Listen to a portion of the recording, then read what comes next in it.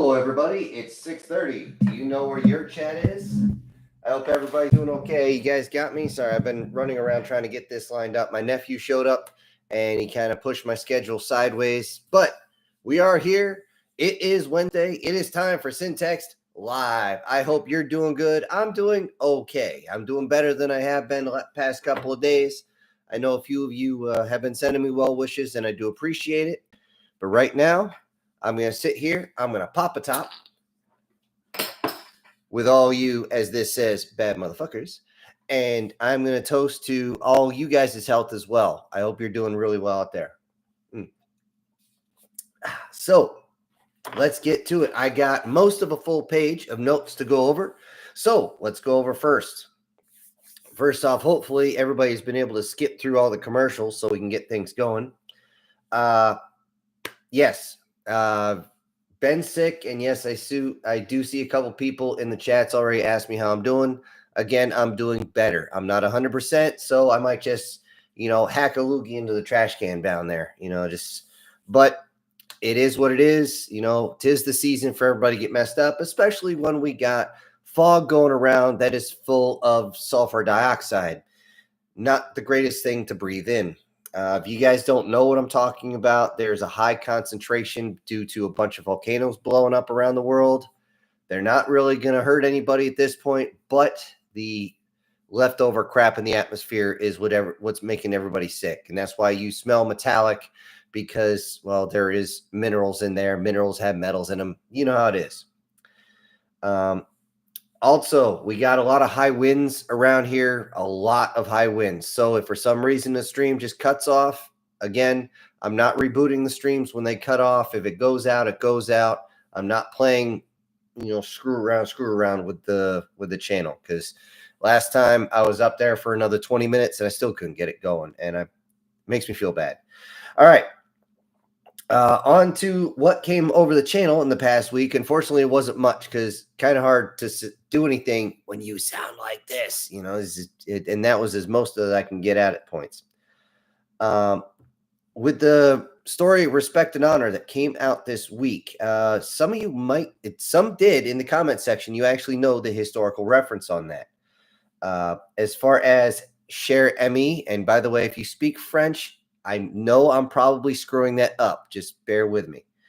But yes, that was the dear friend, was the one pigeon that actually saved the Lost Battalion over there. And actually, they were the inspiration for the tinker, the species known as that. So, yeah, if you didn't get that, around here, I like to use a lot of historical references, and that just happened to be one of them. Another person put in the comments, yeah, if it's reading it, he says, yes, if it's stupid, but it works, it's not stupid. And they brought up how they used law, which is a shoulder-fired rocket launcher, to breach doors back in the day. Because sometimes if you breach a door, there might be somebody on the other side. Well, kind of hard to be somebody on the other side when there's no door or doorway, or most of a room on the other side. So, hey, if it's stupid, but it works, it ain't stupid. So they are right. Let's see. The video thought we were friends. There wasn't a lot going on there, but somebody did bring up the whole, what you talking about, Willis? Yeah. How do you show you're old without showing you're old? Yes, definitely do something like that. For those that don't know, that was from a really old show back in the day. It was like the only good joke in that entire show. It was kind of, even back in the day, I didn't get it. Except for the fact that, somebody who was actually 27 years old, who looked like he was 5, which, by the way, I do believe was the inspiration for the character Baby Doll in the Batman animated series, which, by the way, is one of the most sympathetic villains you will ever come across. I don't care who the fuck you are. If you're not sympathetic about that character, something is seriously fucking wrong with you. But yes, I do have to say this, and this is actually an old Army story.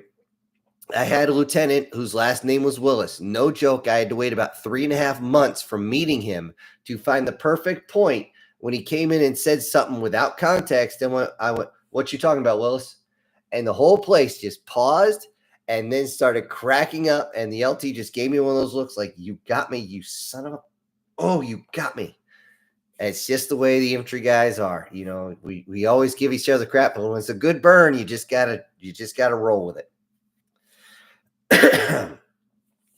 All right, for the story Banished, just to let you know, I wanted to make something for the ladies because I don't know if Erica, if she's here yet, or anybody else, but I wanted something for the ladies because I noticed a lot of stories are always about some guy in the field, usually finding an alien girl or something like that. And I have to stop. I have to hold up. I have to pump the brakes. I got to wait a minute because, and get my pen, because I see a $20 super chat from SS Demon. And by the way, that hurt like hell. I've seen the chiropractor and I'm going to tell him that hurt. Okay. He says, I unfortunately can't watch and chat today. I'm already driving to work. Oh, you're early to work. And pick up coworkers. Mandatory overtime sucks. 6 10-hour days are brutal. Yep, been there, done that. Got the t-shirt. Hope everyone is good. I hope you are all good. I'll watch the stream later. Thanks for all you do. You are quite welcome, SS Demon. And let me just write this down so I do not forget. And there are still 2 people who sent in a full bill, and they are still going to be getting their shout outs no matter what happens tonight. They still get the next week. I'm not going to say who they are. They know who they are. So, again, back to the Banished there. Again, that one was for the ladies. I wanted something they could sink their teeth into because the ladies, if you're listening, you know that there's some back and forth. And if the rooster, well, the hen of the flock, the alpha, whoever the hell you want to call her, if she's not getting all the attention, if she finds out that her friend is somewhat prettier than her, all she's got to do is take her glasses off and flail her hair down, that old trick, and suddenly she's prettier. You know what? Miss Alpha Chick is going to get pissed off, and she's going to do everything she can to sabotage you, and she's going to hate you for it. If you become a better person, she's going to hate you even more. That's just the way things are. I've watched women do it. We've all seen it. And yeah, Chris, I see you. What's up?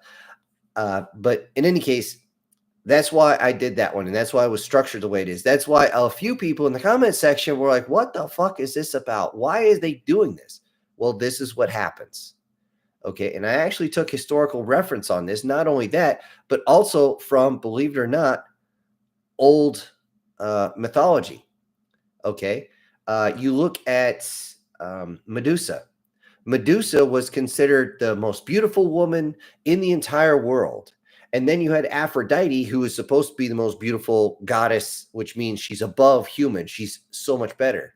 Well, they judged the two side by side. And when Aphrodite lost, she cursed Medusa to have the look that turns guys to stone. Honestly, I think she was so hot, she was just making everybody hard.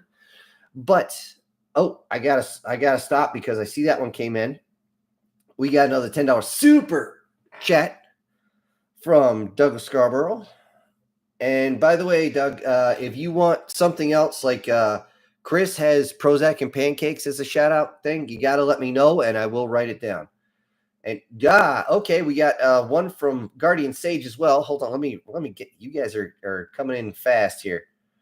But with Douglas, he says, wonder how aliens would react to native tribes that can melt into bush and hide from sensors. Well, the problem is they wouldn't be able to really hide from sensors because you give me any native tribe, even with our technology now, I use one FLIR sensor, I can find them all.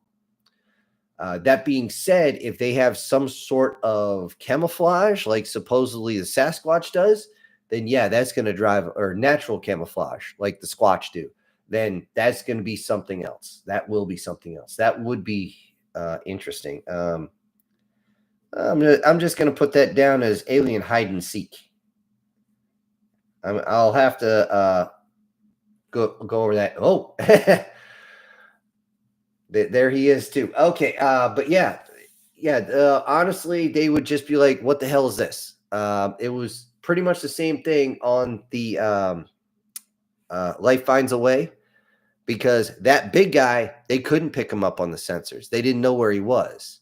And that's why they freaked out. And when they thought they had the big guy, they ran into the bear. It's not a smart idea to run into a bear, especially one's got cubs. But anyway, let me write this down. Guardian Sage. The Guardian Sage. He's going to make the Jedi look like bitches. And he says, "Hello, mortals. I have returned." And he's saying it all cool, like a lot cooler than I can. And we also have Chris Dixon down here, also known as the Prozac and the Pancakes, with a $20 super chat. And he says, "I felt left out."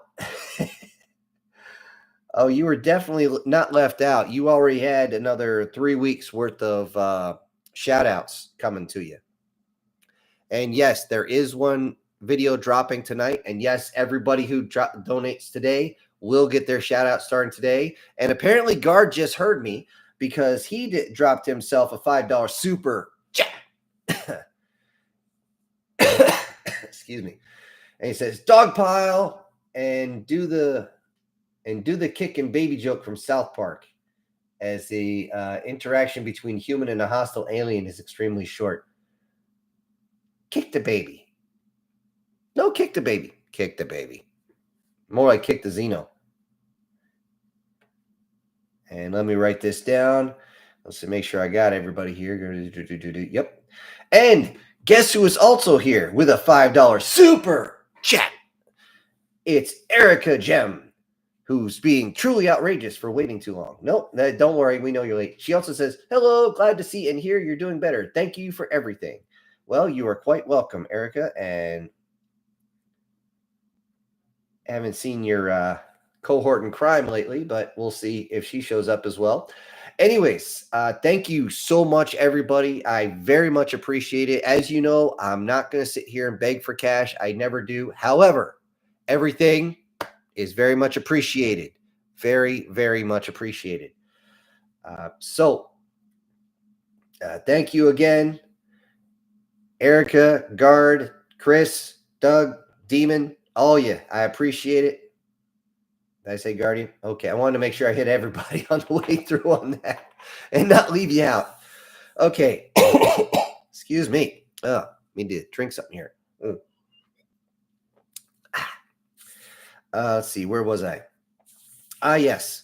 With the Banished again. That was more for girls. So, guys, if you're a little off, it is what it is.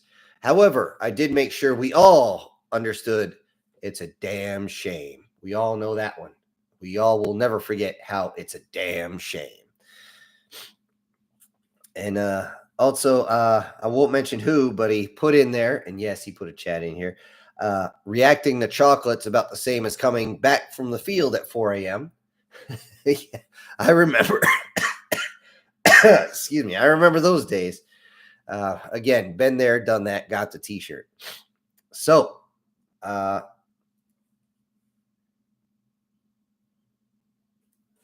okay, I wrote this down. Deathbed Question got this, and he said, got the, oh, yeah, he was the very first one, I believe, to get the last line on that one. The last line for the Banished. Yeah. Let's see. Or no, wait, that was a different one. Never mind. Wrong thing. That was in my notes. I screwed something up. But on to the next one, Where Life Finds a Way. Yeah, that wasn't the original title, believe it or not. It actually changed because, well, by the time I got done writing it, I'm like, the title I got here just doesn't work at all. That one didn't actually land too good. It actually has been flopping real hard. Maybe my thumbnail sucks. Maybe my delivery sucks. I don't know why, but it's getting like shit for views. But it is what it is. As for those of you who actually got the last line, yes, you are right. It was from the Trek, back when Trek was actually good. And it was the Riker line when he was with the Klingons, when they were wondering how he would endure, the Klingon women, who they just called them. And it's like, one or both. Good way to get a joke. Anyways, but yeah, you guys were on the ball with that. Most of you got it. If not, you at least knew the series if you didn't know exactly the episode. So good on everybody on that one. But the thing is, it was an iconic line. It was, I swear, it had to be almost ad-libbed, and it just worked. Everything lined up. The delivery, the setup, the surroundings, everything worked for that joke, and it was just great. So yeah. Also, somebody put a comment that on Life Finds a Way, mankind is like that. Yes, unfortunately, mankind is like that. They're always going to fight over resources. They're always going to fight over currency. They're always going to fight over some of the dumbest things ever. But it is what it is. We're, as a friend of mine puts it, we're evil, hairless monkeys. And, that's what we do. All right. Also, as I mentioned before, there is a video dropping tonight. So, yes, you guys will get one. It's a little bit shorter, but I hope you guys enjoy it.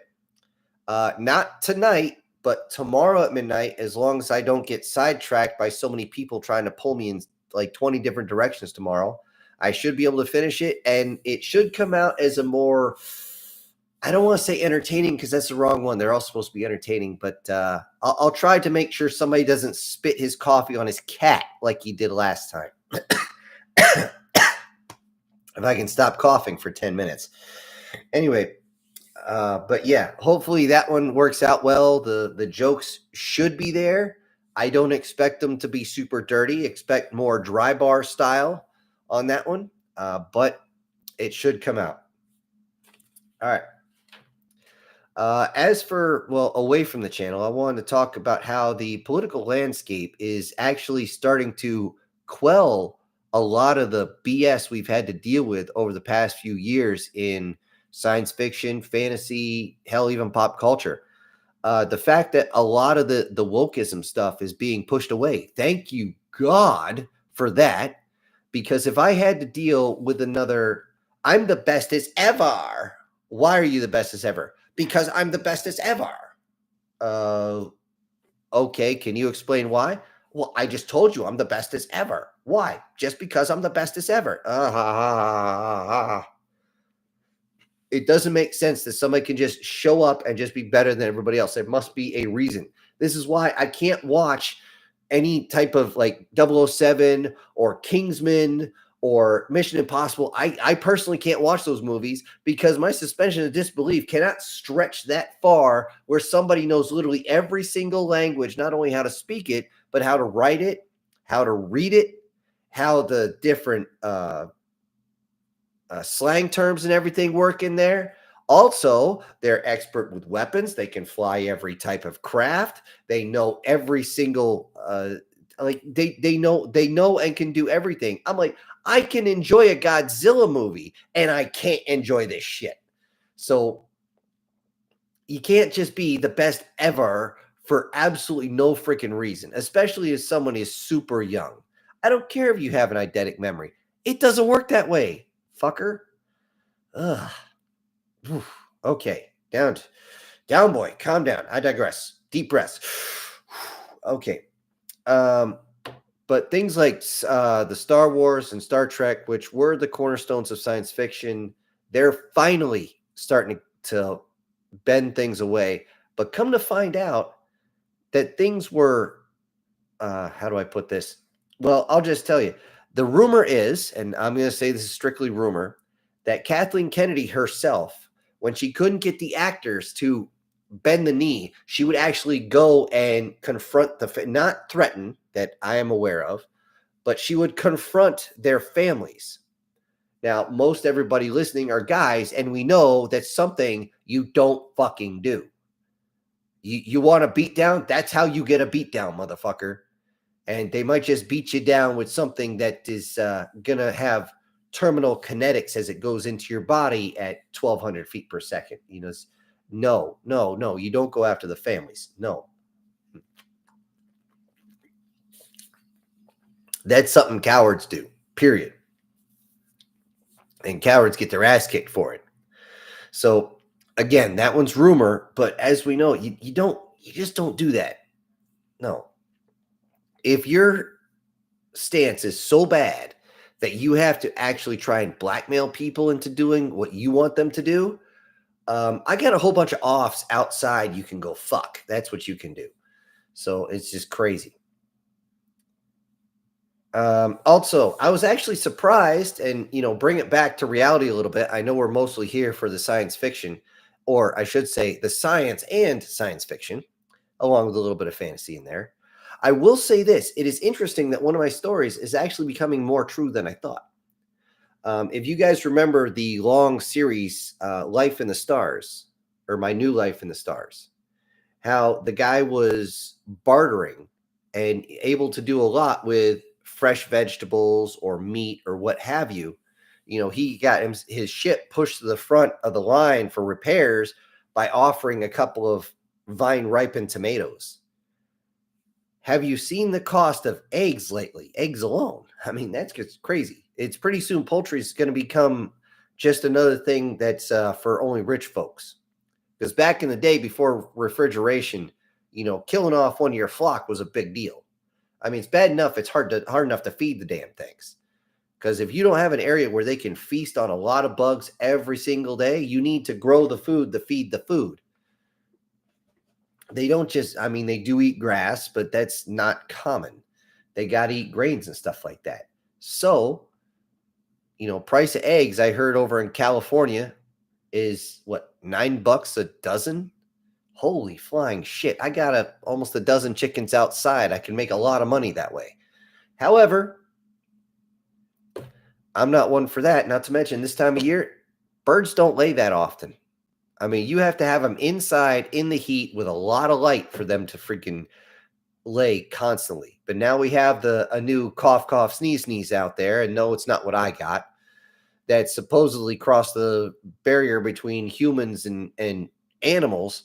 And I'm just like, you bastards, you're making this even worse. I'm sure you've all seen in the grocery stores, things are starting to get a little thin. They're not super thin yet. And what they like to do is they like to front load. They'll pull everything forward so that it seems like they have more stuff. And I've been seeing that for years, and I expected this to happen. So we'll see how it goes. But it is interesting when fantasy crosses over into reality. Now, with the drones and everything, or whatever in the hell is flying around in our skies at night, and maybe it'll come by that window and poke in here. And by the way, if I see a face in that window, I'm freaking the fuck out. Maybe reality and fantasy are going to start mixing, and you're going to start asking, is this reality or is this fantasy? Well, when things start showing up in the skies that ain't supposed to be there, someone might wonder. And not to mention, it wouldn't be the first time that something I wrote actually became commonplace. Okay. It's, believe it or not, cell phones. I was writing about that sort of shit years and years ago, but it is what it is. All right. Well, I went down my notes really, really quick. So, and we've been only going for a couple of minutes. So I'm going to slide this thing all the way back to the top so I can see how everything's going. And we see the normal folks here. Ernest is here. Doug is here. We got a few new people or people I haven't seen in a while. Got Isaac here, Alan, everybody's here. Let's see. Guard saying he got a Factor commercial this time. Yeah. I'm alive. Hold on. Am I alive? Verdict's not in yet. Okay. Been dealing with a Norvo virus myself. Oh, yeah, not so fun.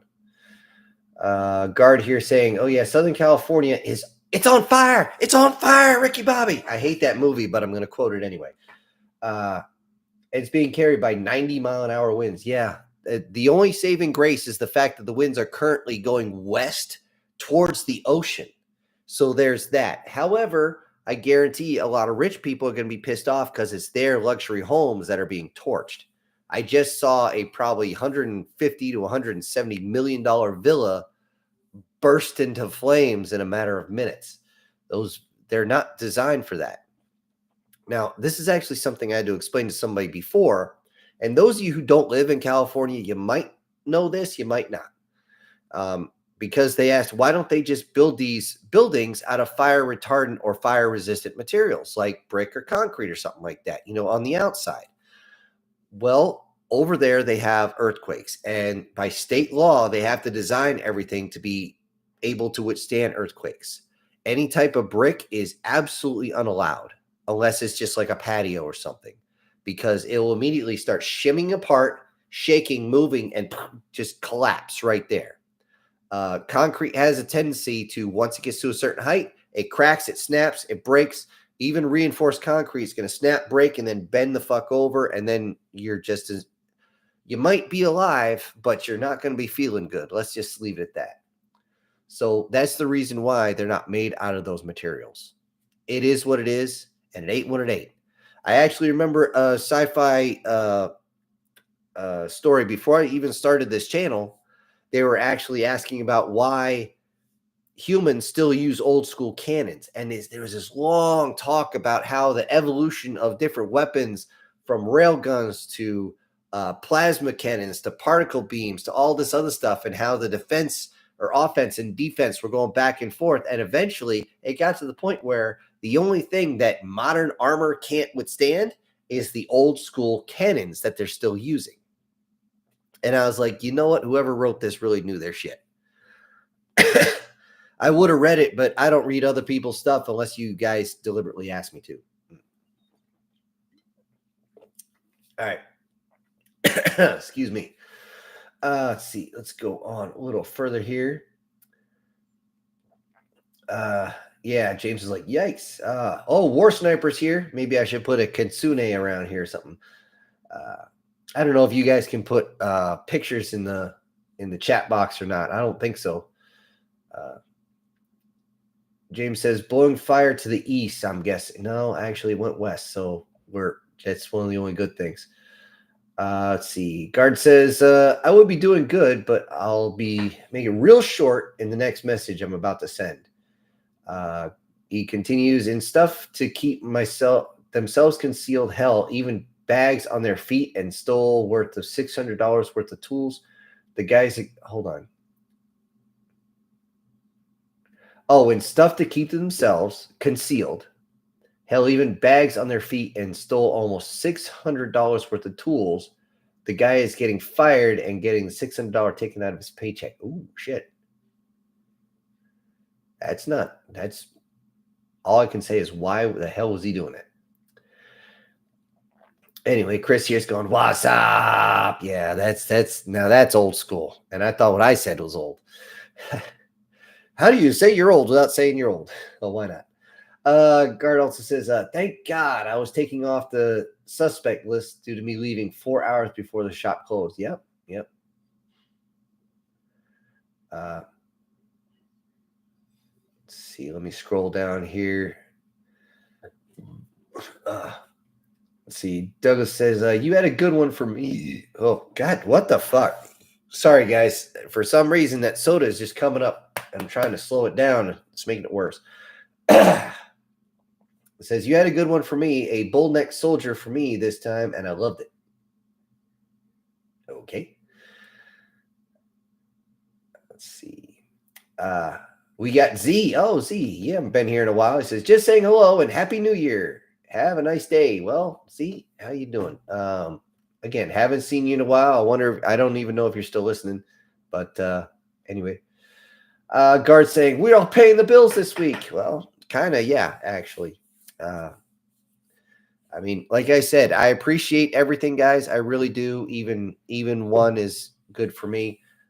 But you guys have been really generous, and I appreciate it. Pure and simple, without pretension. I appreciate it. And here's to all you bad motherfuckers out there.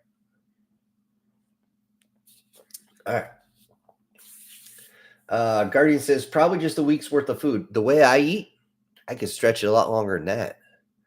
I'm extremely conservative in the way I eat.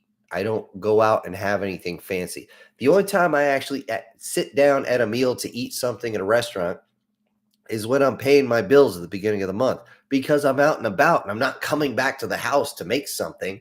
And if I have something in the car next to me, I'm going to snack on it, period.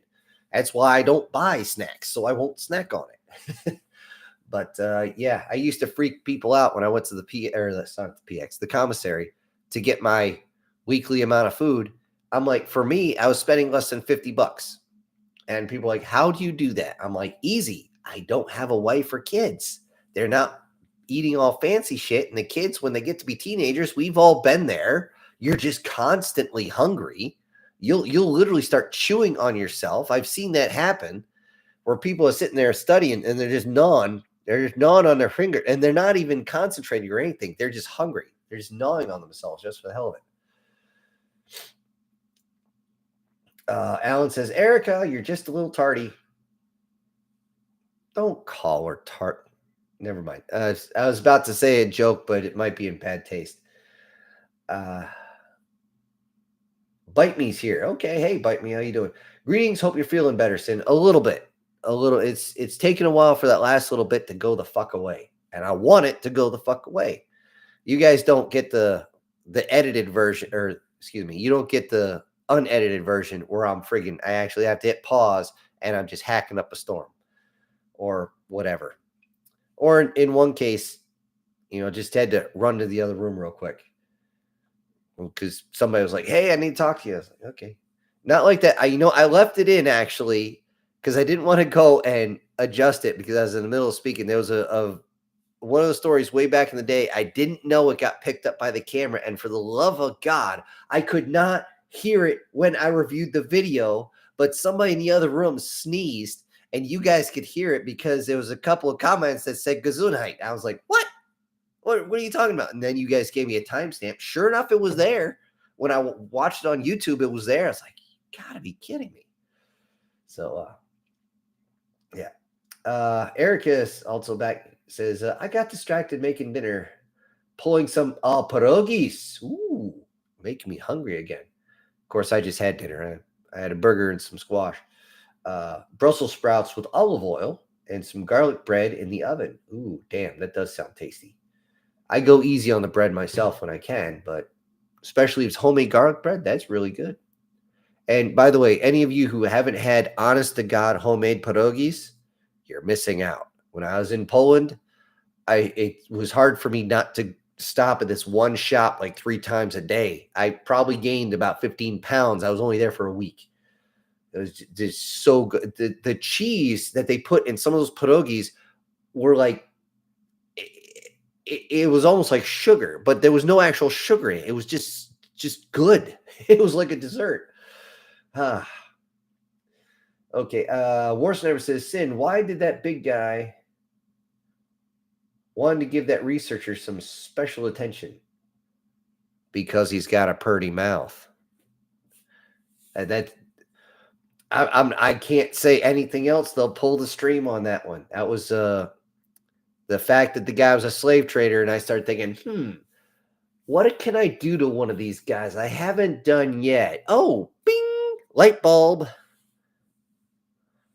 And yeah, that's why it's at the end when the guy's actually talking to the ladies there who wanted to be with him, I guess you could say new wives. I said you could hear screaming way off in the background. I didn't want to simulate the screaming up and down and up and down and all that shit, but is what it is. Excuse me. Guardian says, when you remembered where it was from, I finally remembered the scene. For whatever reason, my mind didn't connect the line with classic Trek. Well, actually, it's not classic Trek. It's Next Generation, but I get your point. Not to mention, it was 35 fucking years ago. I don't expect people to remember that far back. It was a really good scene. Some classic scenes, it's there in your mind, but it doesn't click until somebody mentioned it, and then it's like clear as day. You remember it, just like if you were there originally watching. I'm walking here, which was ad-libbed, of course, but it became, a particular line. Just like what's another ad-lib one? Oh yeah, Warriors come out to play as he's banging the glass together. that was all ad-libbed, and honestly, I didn't think the movie was all that good, but that scene creeped the shit out of me. So, but yeah, sometimes you forget. James says thoughts on the dream of gravitic propulsion. Well, it's not quite propulsion; it's drag, but or not. Shit, I'm saying it wrong. Gravity doesn't push; it pulls. Your engine would be in the nose and would pull you forward. So, yeah, I'm I'm hoping for that too. I'm going to write this down. Gravitic propulsion. Because actually, I forget which science fiction they did this on. It was one of the first times they actually did hard science fiction with gravitic propulsion. There was an actual like firefight between ships, and I was wondering, why are these guys on the humans side aiming at the nose of this ship? Shouldn't they be aiming at the engines because their engine compartment is getting the shit shot out of it? Well, come to find out, is it was gravitic propulsion. And since it was in the front of the ship, that's why they were shooting it up. The actual bridge for the enemy was actually in the center of the ship. And the crew compartment was actually in the butt. Okay, that just sounded wrong. I don't know why, but that just sounded wrong. Erica says, for the coughing, boil mint in any kind of pine needles. It helps. Yes, I've had pine needle tea. It does help a lot. It's actually packed with, let me see if I got some here. Wrong stuff. Oh, yeah. Vitamin C. Yeah, I would take a whole bunch of that. It does help. Actually, I've had, when I was sick in the field, I was like, we got to cook you up some pine needle tea. I'm going to make myself some. The guy came back with a spruce limb. I'm like, what the fuck are you doing? I'm going to make pine needle tea. I'm like, not with that. You'll make yourself sick. What am I going to make it with? If you don't know the difference between spruce and fir trees have the really long needles. That's what you want. You want the long needles. You put them in there, you boil them up, and you scoop them out. You can disregard the needles because all the good stuff's still in the water, and you slug it down. It doesn't really have much of a flavor, but it does help fix you up a bit. Let's see. MTF Guard. Warhammer 40K is at Civil War again. The original creators of the custodians are now fighting with the newer people in charge of them who are still trying to force the entire female custodian existence. Wow. I had thought that battle was over and done with. I thought somebody had finally claimed victory on the battlefield in the Emperor's name, but apparently not. Apparently, these guys, they're going to fight, and they're fighting. What they're going to do, I can see this coming already. This is what they're going to do. These people want the female custodians here, and I'm glad you put it that way because I can't pronounce the other way it's supposed to be. Is they're going to say, okay, we're going to compromise. Just put like a company, not a whole thing. And then they say, no, a company is too much. As soon as you say that, oh, it's too much. Well, how about a squad? And even if they bring it down to just one, they've compromised. And if those writers compromise, they have lost it all because it's just like any other disease. Once it gets inside, it's going to burrow in there and it's going to spread all over, and you're beyond screwed. Just it's what they're doing is a cancer to the 40K because it pisses all over a already established lore, and it should never piss on the established lore. The only time established lore needs to be pissed on is when it just doesn't make sense, like the land air mechs. They were brought in with the original series, and when people realized how stupid it was, they got rid of them. Okay, that's the sort of thing you correct from the original. 40K has been going on for, well, not quite as long as Battletech, but long enough where they should have already fixed whatever issues they had. And I'm sure they did. But that's what they're going to do. They're going to say, just give us one. Just all the way down. Just give us one. And that compromise bullshit. What the shit? Ugh. It annoys me to no end. If there's something you can't compromise on, you don't. It's just that simple. Now, is compromise important in many situations? Yes. Not this one. All right. Guard continues with, he's like, motherfucker, when the people who made them and had created their lore for the past 40 years tells you to shut the hell up, it's best to listen. Exactly. Exactly, Guard. I can't do a 40K story well. As you all know, I did one. It was shit. I left it up because some people find it funny. Regardless, they find it funny because how bad it is compared to the actual lore. Okay. I will never do a 40K story ever again because I do not know the lore. I cannot do justice to it. I tried, I failed. I'm going to shut the hell up. So, down here a little more. Chris says, I was riding to work with my coworker who had his dog with him. The dog kept wanting to sit up in front of him. No big, but when I noticed his dog's dong was resting where the drink cup from where you drink from the cup. Oh my god. Oh shit. Uh, I, I, hit. My brain hurts. My brain hurts. And I'm trying to think of a good joke. While I try to drink, I can't even drink. I can't even drink. Chris, you might have just ruined my drinks for the rest of the night. I'm kidding. You didn't actually ruin it, but god damn it, that's funny.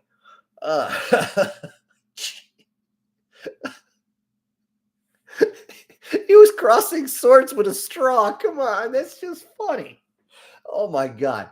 Oh, he continues with, I didn't tell him after he drank it. Oh god.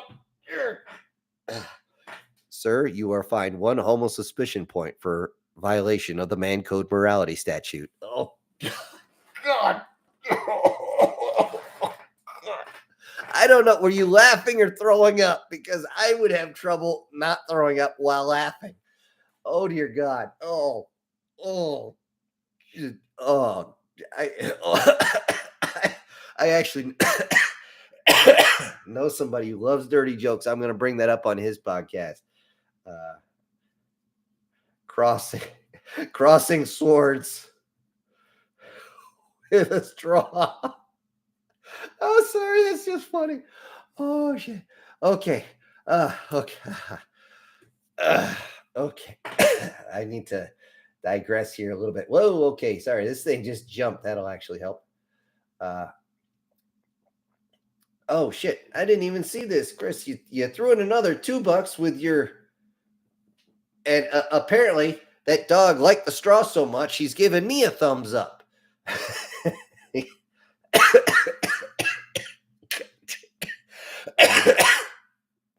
With a $2 super sticker. Fuck me. Okay. No jokes for the drink, guys. I'm dying here. Shit. Whew. I'm sorry, dude. That was just unbelievably funny. Okay. Whew. Okay. Now we're where we need to be. Guardian Safe says, at least the older 007 films had Bond being played by a guy in his late 20s to early 30s, maybe a bit older. Yeah, but still they had him basically better than everything. Seriously, you cannot keep up with a bobsled on alpine skis. That is not physically possible. Okay? The best skiers in the world cannot ski at that speed. And he was acting like, oh, this is nothing. I'm just going to stay behind him. Bullshit. That's the bullshit of bullshit. That was the point. I was just like, nope. I'm done with him. Lena says, I remember the lines from Star Wars, how it should have ended. I don't remember. Anakin, from my point of view, I have a lava ground. A lava ground. Oh, isn't that where he pulls out the Desert Eagle? And they're like, oh, you can't use live ammunition. Of course I can. The Mandalorians used to. Yeah, it burns while standing in it. Let's see, James. Just try to increase. Oh, he's talking about the chickens. Just try to increase the flock this year. Yeah, a whole. He's laughing. He actually has laughed my ass off because that's a lot harder than people think. People think you can just like a video game. You just click a couple buttons and increase your flock. No, it takes weeks of making sure you have fertile eggs, hatching them, growing them. You're going to have a high amount of mortality, especially when it comes to chickens. They're not easy to raise. Anybody who gets chicks delivered, you can get them delivered by mail. Expect at least one of them to die in the first week. It's just what happens. It used to be much more common. Lena says, in that parody, they used the joke about Anakin getting excited over him being a father. Oh, yeah. Yep. Chris Dixon saying, rest in peace, James Woods' home. Well, as long as he wasn't inside it. Bite Me says, I promoted the live chat on one of your videos in the hopes that some new folks would join us here. Thank you very much, Sin. I do Bite Me. I appreciate, I saw the Sin. I did a Freudian slip on that. But Bite Me, I do appreciate that. Hopefully folks enjoy it. Unfortunately, I don't have a lot of visuals. Well, one, I don't have hours and hours to go through and make a soundboard and a whole bunch of other stuff. But, hopefully people enjoy what's here and they enjoy the channel. And hopefully we can have a good back and forth with everybody. But one of the reasons for the just me talking is so I don't get in trouble for, we are on YouTube. I don't need to get demonetized or kicked off or any of that craziness. James says, James Woods passed. Okay, I see. This is how out of it I am because I didn't even know that. Lena said, gas, Palpatine. You have a granddaughter? We need to tell everyone.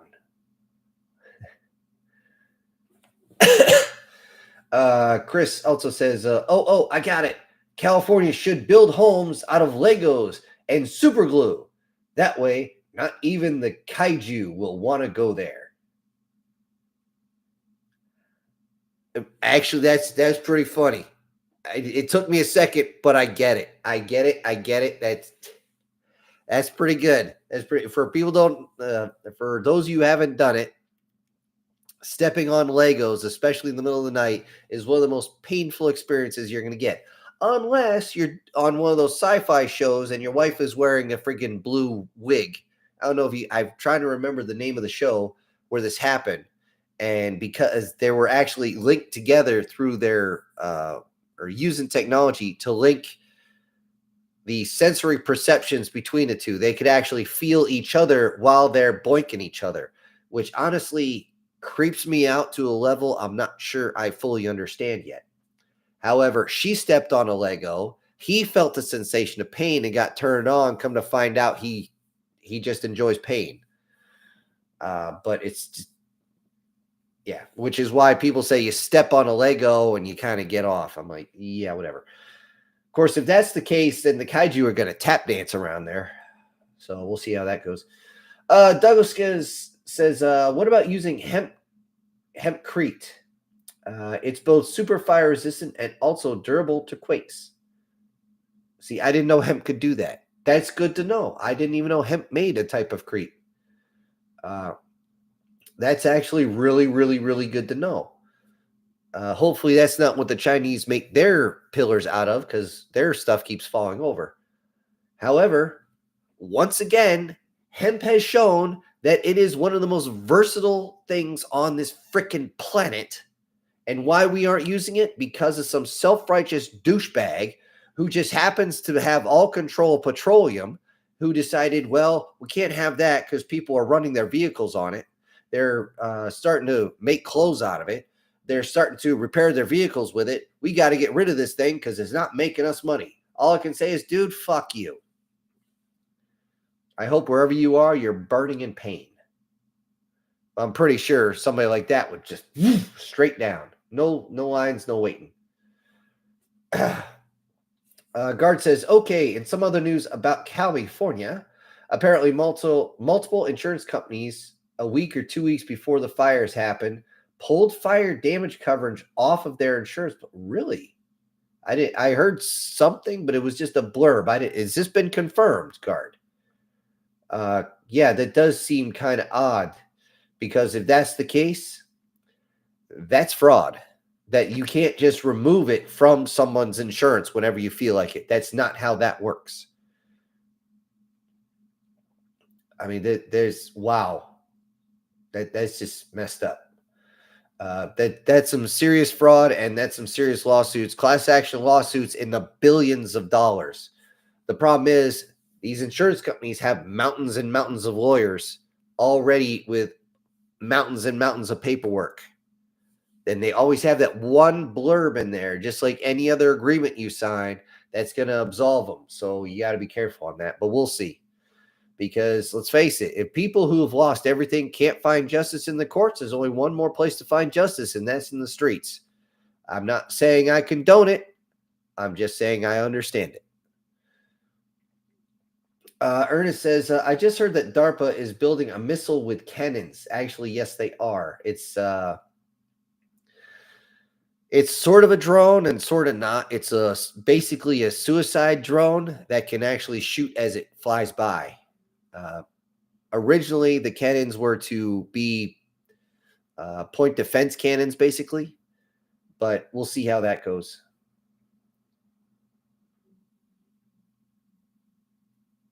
Yep, and there's James agreeing with Guard on that. Yeah, it is odd. Alan's here says, you want old? Nixon is VP. Yeah, you tell me you're old without telling me you're old. But hey, you're still breathing, right? That's all that matters. And don't worry, I didn't have a dog sitting anywhere near my drink. Goof. But anyway, yeah, Nixon is VP a long time ago. Let's see. MTF Guard is here. Got this cool ass prototype German tank destroyer in War Thunder called the Waffenträger. You know, I'm probably mispronouncing the shit out of that. Waffenträger? I don't know. I'm drawing a blank on that. Kind of sounds familiar, but it kind of doesn't at the same time. I got nothing.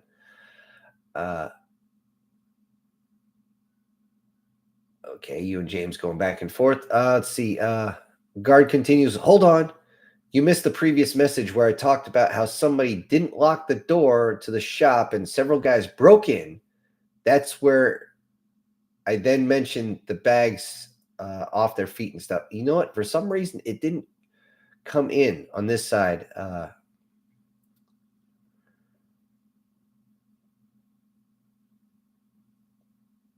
Yeah, for some reason that didn't come in before. I don't know. There must be an issue on my side, Guard. I don't know what's going on that. Let's see. Chris says, rather than buying the emergency preparations, I looked what was in them and bought what was in them for a fraction of the price with more than their high price. Yeah, that's actually true. And a lot of times you can get better stuff. Now, I do recommend that before you buy any of that stuff, you do your research. When people start getting into that sort of thing, and Chris, it sounds like you actually kind of know all this.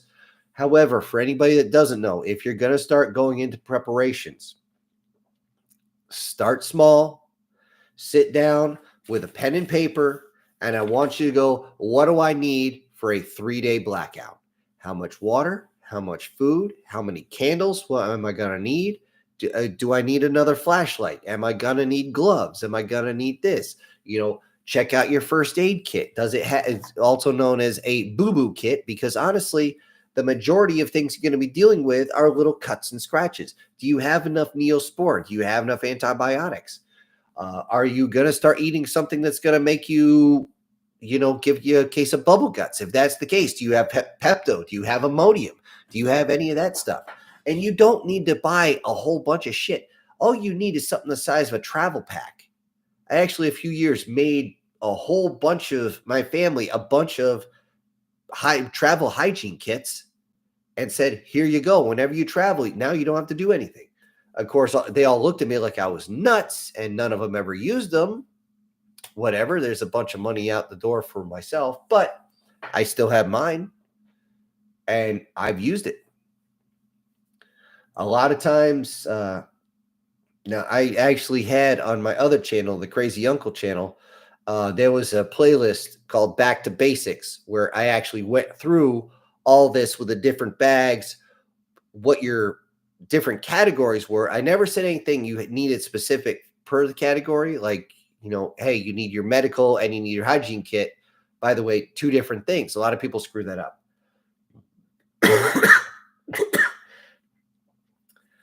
But and I'm just going to say, here's one thing people don't think about in that situation. If you don't have electricity and you're trying to conserve water, a lot of people think, oh, I don't have any water, I shouldn't have to brush my teeth. Well, that's wrong because you need to keep your hygiene up. But don't brush your teeth for 2 or 3 days and you're going to get a splitting headache. Guaranteed. That's just what's going to happen. And if you're unable to brush your teeth, you better have some aspirin or you're going to be debilitated on the couch going, what the fuck, man? Ow. It happens. Okay. Cause and effect. Ain't it wonderful? Let's see. Alina says, I have wind yesterday, probably like 30 kilometers an hour. Yeah, we actually topped up over 50 here. Watched a couple of tree limbs come flying down. That wasn't nice.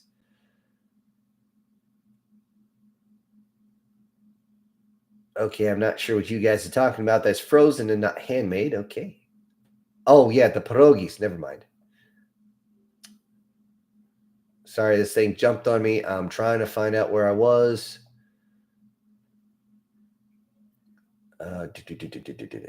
Wow. Okay, this thing jumped all over it won't stop jumping. Okay. Yeah, Eric, I do recommend if you know somebody or if you find a Polish restaurant, try it. Just try it. Most of the Polish restaurants, unless you ask for specific type of pierogies, the only thing they're going to give you is the ones with potato inside, a little bit of chives, and that's it. If you go to an actual one where they give you a list of different pierogies, you're just going to want to sample every single one because they're awesome. Let's see. Guard says, plus side to being single, you don't got to buy that much food or that much in food lasts longer. Side to being single, you're lonely. That's actually true. And you can't do everything yourself. You will end up linking up with the group, pure and simple, over time. Just depends on how long, whatever the hell happens. That's it. And by the way, most people don't realize, or a lot of people think, oh no, we're going to go into economic collapse and money ain't going to be worth anything. Do you have any idea what has to happen for all your money to be useless overnight? That's insane. I mean, just absolutely nuts. So keep at least $500 or $600 in cash, tucked away somewhere. I don't care if you tape it to the underside of your mattress. I don't care if you shove it somewhere. Just have it so in case you need it. Because cash will still be king, at least for a little while. Let's see. Chris says, Patrick Stewart was 47 when he first sat in the chair. I'm assuming that's a movie. No, I'm kidding. I know this. You're talking about Generation.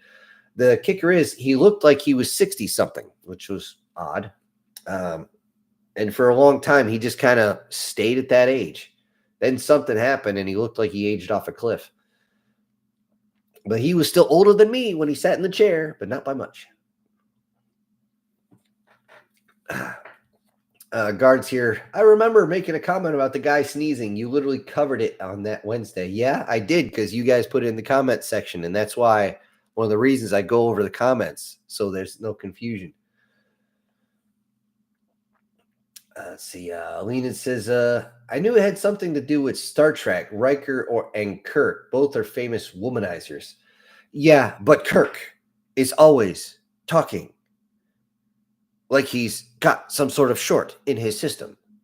I know that's supposed to be something he was just trying to play it dramatic, but unfortunately, now I'll give Patrick Stewart a pass, okay, because sometimes he just went in that Shakespearean whatever. But why is it every single one since then has got to be so dramatic the way they speak? I mean, what's his nuts there? All baldy on the space station. He's always talking like he's doing some sort of stage play. I'm like, calm the fuck down, dude. And before I go any further, I see myself a $10 super chat from Brian Kemp. And thank you very much, my good friend. And he says, glad you are feeling better. I am feeling a little bit better. I'm actually, every once in a while, I'm trying not to sneeze like straight at the camera. As you can hear, I'm still fighting it off. It's still going to be a little while before then. But thank you again very much, Brian. I appreciate it. And I appreciate all you still being here as we go through all these different chats and we talk about all the different sections here. And I'm trying to get back to where I was. But yeah, the captains being womanizers, Riker being a womanizer. Well, yeah, I that one I never seen him actually going out to get it. It just kind of fell in his lap. With Kirk, he always like pushed it. So yeah. Let's see. Clip it. Things out of context. I'd have to go through a lot of videos to get things out of context. It'd be mostly me cursing as I screw a line up. Let's see. Chris saying, thinking of Trek, don't the teleporters just kill and copy people? Yes. Wasn't that why there was Rikers in one episode where the transporter failed? Does that mean red shirts could be functionally immortal? Yes. Sort of, yeah, actually. You could just keep the basically printout of who they are. Now, the thing is to actually teleport someone, which we all know is possible because the USS Eldridge proved it. If you listen to some of the side notes from people that have leaked out, most of which are considered fringe. However, they're always considered fringe no matter what happens. They could be telling you the absolute truth, and it'd still be considered fringe. When a lot of these guys first started talking about this before they started getting demonized for saying too much, they would say that teleportation has to be instant, as close to instant as you can get it. If it takes too long, like they show in the treks there, you're dead. Your brain cannot stop for that long. Your heart cannot stop for that long. Your blood cannot stop for that long. It will kill you. They would teleport you and your body would just slump onto the ground, period. So aside from that, yes, it would be exactly like that. They'd play ping ball with your molecules and they would essentially disintegrate you and reassemble you somewhere else. But if that reassembler screws up, you're going to end up with your balls on your chin and, your toe sticking out your ear and your head literally up your ass. This is not cool.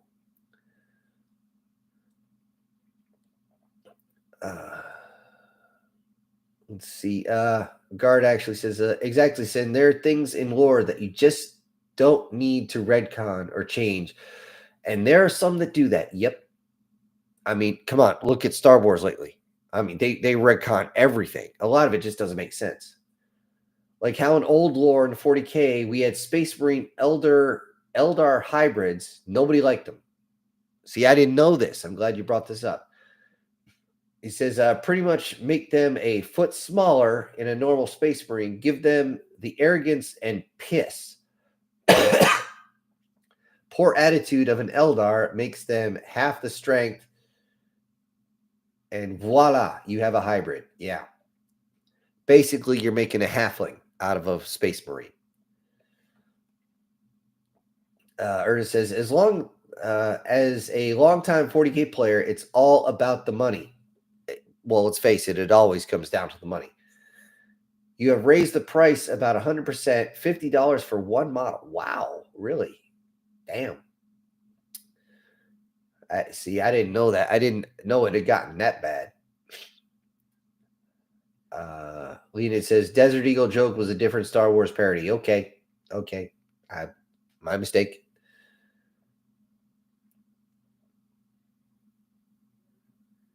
Eric is saying a Pacific Rim joke. If you guys know anybody who can actually put that on like a little sketch cartoon, like they do on like Freedom Tunes or whatever, seeing they show California after the wildfires, everybody builds their stuff out of Legos.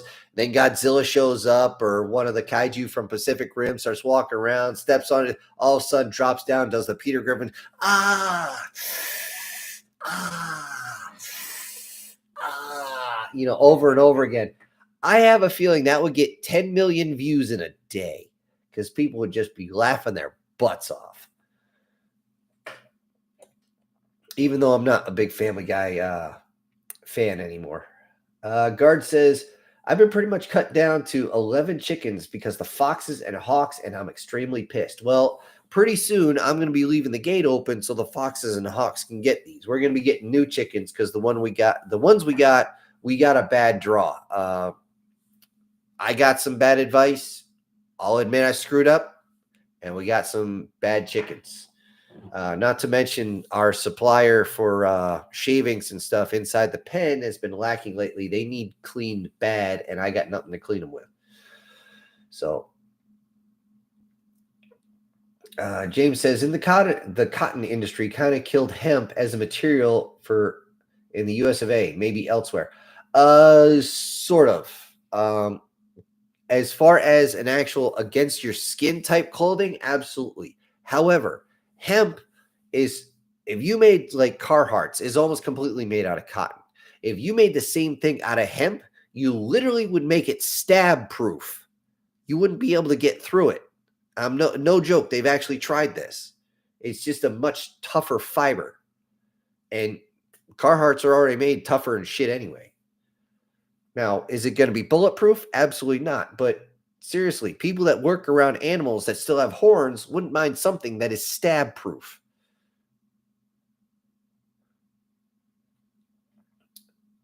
But I mean, I can see your point, and you are correct in a lot of this area.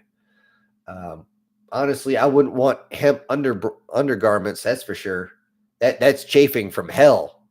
Ask any woman out there when they've had, because they're more sensitive to this than us, believe it or not. If they've ever had to wear lace for long periods of time, lace is good to look at. But I've had multiple girlfriends who said, look, if you don't get this off of me, I'm just going to take it off and hit you with it because it hurts. I'm like, are you kidding me? Honestly, I almost rushed one of them to the hospital because the strap going up the side it looked like she was bleeding. It was so red. I was like, what the fuck is going on? Again, looks good. No. Then I took her Victoria's Secret and she bought like $300 worth of silk stuff. I was like, okay, feel better? She's like, I will later. Anyway, Guard says, I can't remember the name of the guy, but the original voice actor for Thomas, the tank engine, just died earlier. No, George Carlin died a long time ago. George Carlin, yes, that George Carlin, the eat shit, fuck you comic, or he did his cheer. Rat shit, bat shit, dirty old fuck. 69 assholes tied in a knot. Hooray, lizard shit, fuck.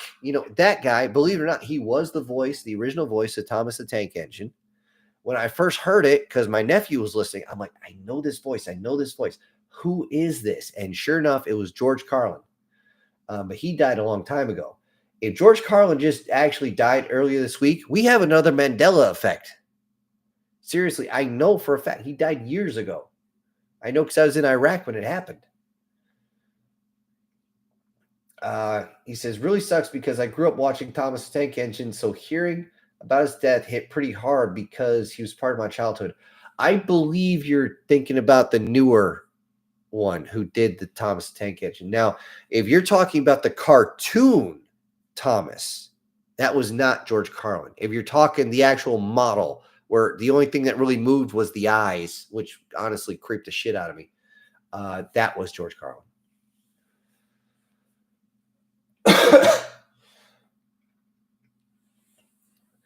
Let's see.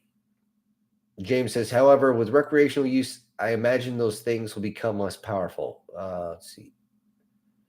Well, hemp isn't no hemp and pot, not quite the same thing. So I'm gonna go with that. Let's see. Guard also says, God, I hate planes in War Thunder. Like when I play ground realistic mode, I expect to only fight tanks.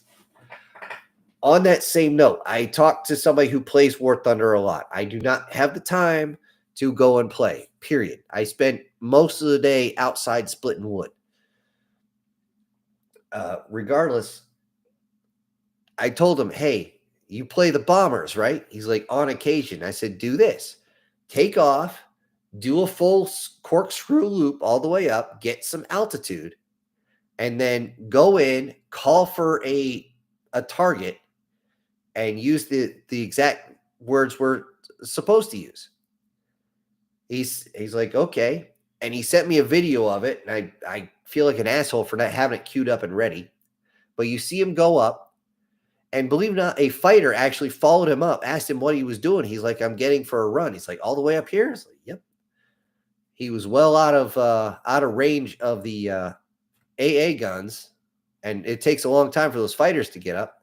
And he's sitting there. He's like, he gave his call sign. It's like Baker 12 or whatever. Flying in east, Angels 25, requesting target acquisition. Over, and all of a sudden you guys do the whole thing like you ping somebody, and he saw it between Bravo and Charlie. He's like, Roger, firing between Bravo and Charlie, time on target 30 seconds, clear LZ, coming in, danger close, opening bomb bay doors. And you actually could see on the bottom his entire team moving out of the way. But for him to get that, you actually hear in the background that freaking bombs away button, like as fast as he could, because they spread out as he's going. He got like 3 or 4 kills in that one go round. But he was already on his way back by the time they hit. I was like, dude, how long was it before they freaking booted you out of the game? He's like, about 2 minutes. It's like, really? 2 minutes? Did you land? He goes, no, 2 minutes after I landed. I'm like, okay, whatever. Okay, back to the comment section here. Lena says, in How It Should Have Ended, Palpatine got his ass kicked by the Force Ghost that could hold a laser sword, and people could heal with magic. Yeah, they just pissed on the lore with that one. I mean, they pissed on the lore something fierce with that. Now, if when they were going through the actual movies, and they actually showed this, how they could heal with the Force, which I thought was a commonplace thing because they went into trances to heal themselves. And that could have saved Skywalker's wife. But they're like, oh, we're going to keep this information from you. He should have been like, well, why the hell do you think I got pissed off and turned against you? You refused to give me the information to save the one person I give the most fucks about, literally. So, yeah. Let's see. Guards here saying, not have a 10,000 pound bomb dropped on me by a PEA that was too high for the anti-air to touch. Yeah, I hope that wasn't my friend who did that to you, but he doesn't like using the super big bombs. He likes a lot of small bombs, so I don't know if that was him. But yeah, if you want to do that, Guard, again, go up, gain your altitude, and then make your run. Don't just go and try to climb as much as you can before you get there, because you will not get away from the flak. Let's see. Guard says, I'm just going to say this, James. Never go fast 4.0. There's nothing but pain and suffering. I don't know what you guys talk about on that one. Ernest says, why do I have the feeling where you have a dog do that in one of your stories? What? Put his dick on somebody's drink? I don't remember having somebody put a dick on somebody's drink. I don't do those type of stories anymore. I hint at a lot of stuff, but I don't do that type of story anymore. Not if I can help it. I mean, yeah, I try to joke around on certain ones. And when you guys tell me that you're laughing so hard you almost wreck your car, or I'm sorry, but when he said, I forget who it was, said they spit their coffee onto their cat because they cracked up so much. I know I'm doing my job right. But yeah, I still don't know anything about a dog dingle dangling your drink. Uh, James says maybe they have a okay. I don't know. You guys are talking about enlisted. I don't know. Guard says I played enlisted and I haven't played in a little while since I started playing it. It was much more simplistic. Okay. See, I don't know any of these. I don't get to whoa shit. I hate it when this thing jumps. Let's see. Oh, this thing's jumping all over the place. Give me a second, guys. I'm trying to get here. Uh, I'll start here. Lena says, during a blackout, they would not turn off your gas unless you don't have a gas stove. Yeah, that's the thing.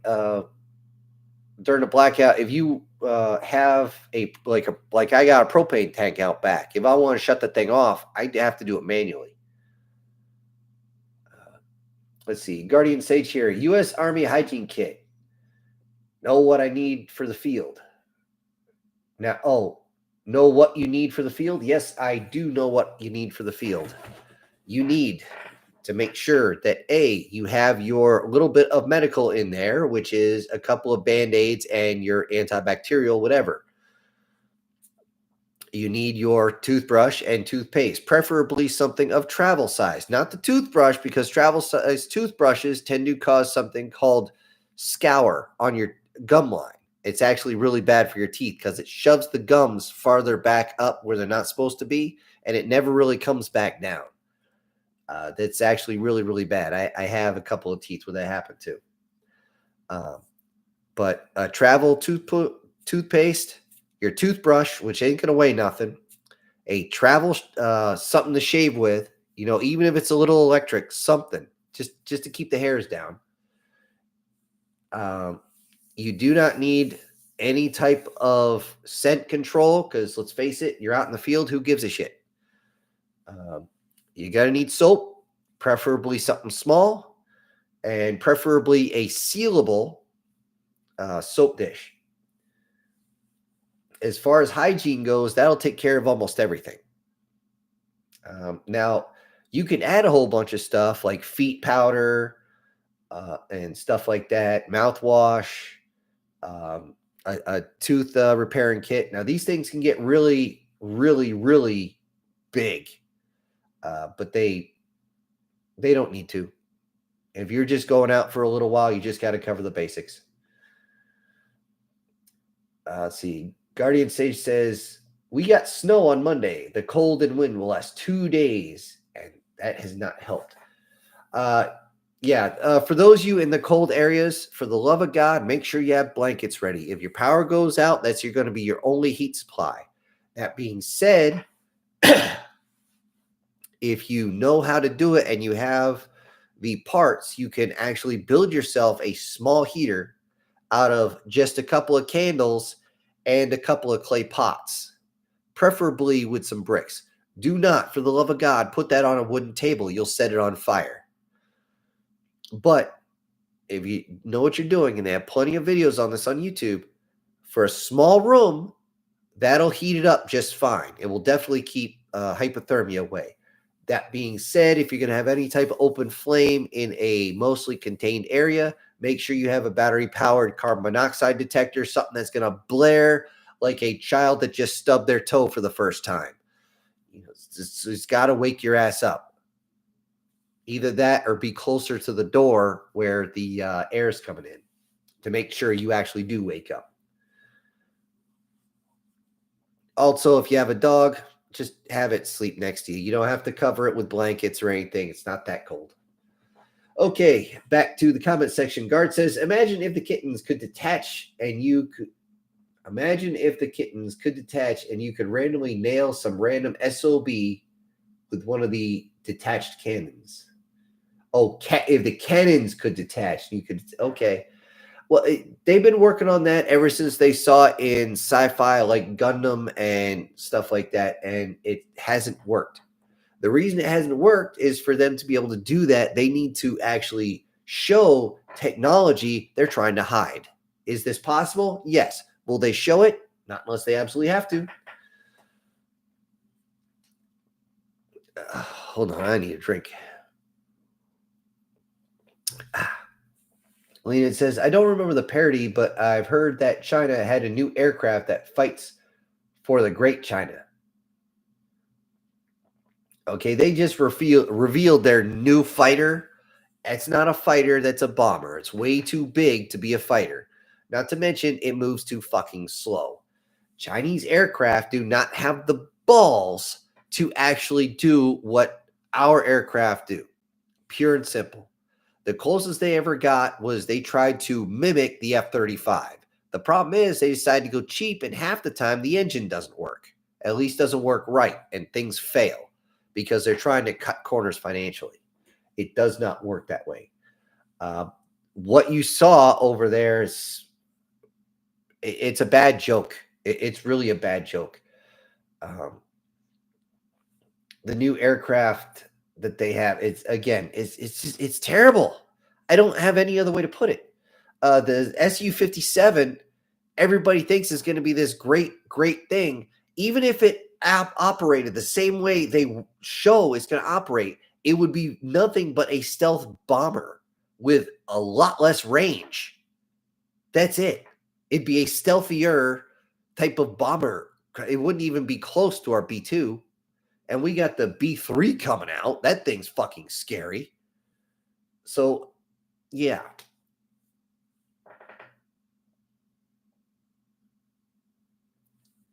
Okay, a little farther down here, we got Guard. He says, love my new headset that I got, but god damn, teammates don't listen for shit. Most people don't. The only game I've ever played online where people actually listened to each other was Mech Warrior Online. Because once guys like me and guys like the tankers and stuff like that got on there and started using actual fucking jargon, the actual commands, the actual phrases, people started listening. Like me personally, I was usually in a Jaeger mech because high positioned weapons, I could slump down below a hilltop and I could overwatch. And not only that, I could tell people where they were and I could mark them because I was using full automatics, a pair of AC2s and AC5s, and I would stagger the fire rate so whoever's being hit would constantly be like, oh shit, what is this, a rotary cannon? What the fuck is going on? And that worked really well. So I'd be sitting there like, hit the push to talk, say, look, you got lights moving from Echo 7 to Echo 8. Direwolf, be prepared. You got him coming up on your left side. And then obviously he'd hear that and whoosh, the Direwolf is the mech. He'd be like, oh shit, somebody's coming. And you just see him turn and then he'd blast the little bastard in the face. Every once in a while you get somebody who just won't shut the fuck up though and just takes up all the comms. And I did that, and I had the damn missile boat, and finally, the guy took a breath. I hit it, and I go, break. Hey, assholes, you left me behind. Mayday. Charlie 4, I'm getting overrun here. What the hell's going on? Where's my support? And they're like, oh, shoot, we left them behind. I'm like, yeah, you wouldn't shut the fuck up. Where the hell are you? I got tore up from the floor up on that one. But yeah, it really depends on what game you're playing. Xbox Live and stuff like that. People don't. They just want to do their own thing. They think they're James Bond. They think they're Master Chief. They think they're John Wick with better plot armor. That's what they think they are. Let's see. He also says, when I was playing Rainbow Six, I told one of my teammates to look to your left and pre-fire the doorway before we'd walk in. There's a guy right there. And the motherfucker runs right through the doorway without doing what I said, and he gets shot right back, or right in the back. Yeah, I've seen that happen too. Bite me. Oh, he's talking to Chris. The transporter operation has been the topic of debate over the years. Some think it destroys you and makes you copy others, and says it doesn't. There was an episode where LT Barkley got a parasite in the transformer and had to go inside and held in suspension, discovers there were people trapped in the matter stream. So they insinuated it didn't kill you. Yeah, they want to. They had to cover their ass with that. In all honesty, that character, the Barclay character, has been noted as the only person in the entire Star Trek Next Generation who was completely level-headed. He didn't trust the transporters. He thought the phasers were a bad idea because well, you have any type of electronic shielding, and the damn things don't work very well. You know, he didn't trust a lot of the technology, and it was true. Lena says classic teleportation story was just stories about sending your clone somewhere, and then the original version has to die. Not good. I believe the what's the movie there? It was the movie for Magic there. The Prestige. They did a thing on that where it copied people. I'm sorry if I'm spoiling it a little bit, but yeah, that got really weird. Bite Me continues, says, and in the Wrath of Khan, they could move and talk to each other while being transported, so it couldn't have killed them during transport. Yeah, well, at least in science fantasy. Lena says, for some sci-fi stories are similar. If the medical patient wants a younger body, then a clone is created when the original version dies. Yeah, I've seen that a lot. Honestly, that's not very far from what we got coming down the pipe. Honestly, the thing is, if they're say your body dies and they're like, oh, we'll just transfer the consciousness, more often than not, the chances are they're not transferring, they're copying and moving it over. To actual transfer, they'd have to take all the squishy bits and move them over. You know, maybe they'll be sitting there, hand me the ice cream scoop. This isn't rocket surgery, or rocket science, this is brain surgery. Yes, I'm quoting a very old freaking cartoon on that. See, Erica says hemp clothing. Yes, hemp undergarments. If you show me those things, I will figure out a way that even your ancestors wince. I'm sure you would, Erica. I'm sure you would. The only time I've ever seen another person besides that girlfriend actually wear lace, I was actually out with a different girlfriend about maybe 5-6 years later, and she held up a lace brassiere and actually said, hey, what do you think? I said, you're not going to wear that for more than 10 seconds. She goes, what? Why? I was like, feel the inside. She rubbed the inside. Oh, that's not so bad. I'm like, okay, go put it on for a second. She put it on. I said, go do jumping jacks. I dare you. Like 10 seconds later, she goes, yeah, you're right. And even the lady behind the counter was laughing her butt off at that one.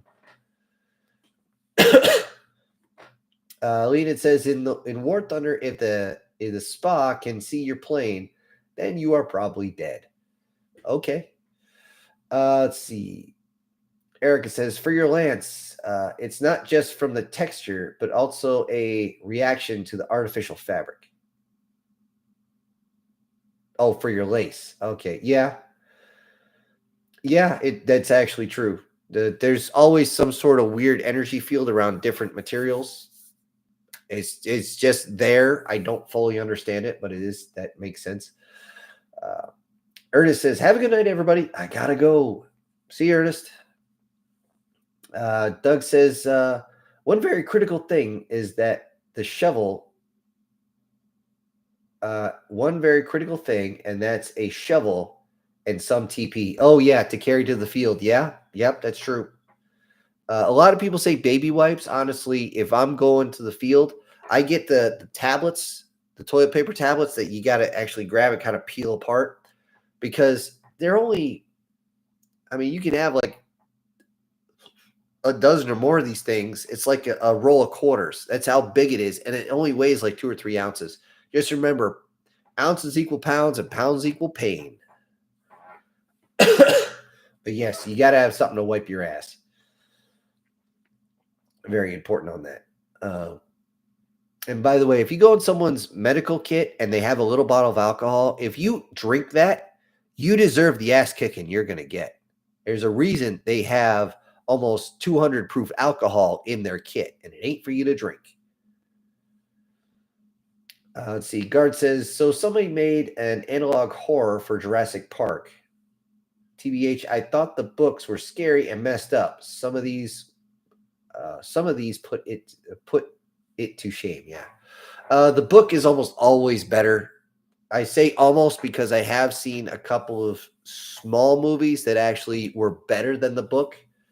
Um, I actually just watched From Paris with Love is John Travolta movie. I had already read the book, and there was a couple things they missed. I mean, there was a whole lot more going on, but I will say I'd rather watch the movie, pure and simple. Um, it covered all the high points, and the actors all did a good job, and yeah, it was actually kind of funny instead of reading these guys what they're saying, actually hearing their voices say it, which was nice. Uh, Doug says they have had the Ginsu missile. Oh yeah, yeah. It's a missile with swords. Yeah, for a while, but they never wanted to show it. That's actually true. That is actually true. Um, Honestly, it got to the point where I was wondering why they even needed to flare out the missiles. Just hit somebody with a dull missile. Why the hell not? But whatever. Let's see. Leonid says, I know about nuclear torpedoes that can create radioactive tsunamis. Almost everyone have one at this point. Yeah, that's true. There is an actual doomsday weapon that creates tsunamis. It is honestly what I thought it was a joke when I first heard about it. But when I started doing research on it, and I can't say whether or not I might have put it into certain stories, ones you may or may not have listened to already. The only reason it's in there is because I researched it. And I was horrified, absolutely horrified at what I was reading. I was like, this can't be real. And it was real. The thing is, it's so dangerous and it's so destructive that even the Tsar Bomba is less destructive. The Tsar Bomba may cook everything within like 15 miles in both directions. And it might cause a shockwave that's going to just destroy everything on surface. But the loss of life is not going to be nearly as much as the tsunami bomb because that thing's going to hit every coastline everywhere at the same time. There's no avoiding it. Places like Portugal and the entire country would be underwater for about 30 minutes. And if you're still out there, everything recedes, it's going to literally strip everything off there. You're talking about every human, every animal, all the fish will be out of the rivers. They're going to die because they don't know how to deal with salt water. I mean, down through bacteria, because again, the salt is going to kill everything. It is absolutely horrific. So let's see. Guards here says we had snow Sunday night. I could not even go to work Monday because there was 5 inches of snow on my road. Oh, fun. It was only got higher until around 4 p.m. when the snowplow came through. Yep. And now we're getting snow we're getting snow right now, but it's falling really slowly so the trucks can keep up with it. But come Friday, we're getting another 5 inches, so I might end up having to call in Saturday. He continues with, yes and no, Leonid, because the bullets actually travel in real time, so it takes several seconds for the bullets to actually hit their target. Give me plans ample time to dodge. Okay. That last one, that was for something else, apparently.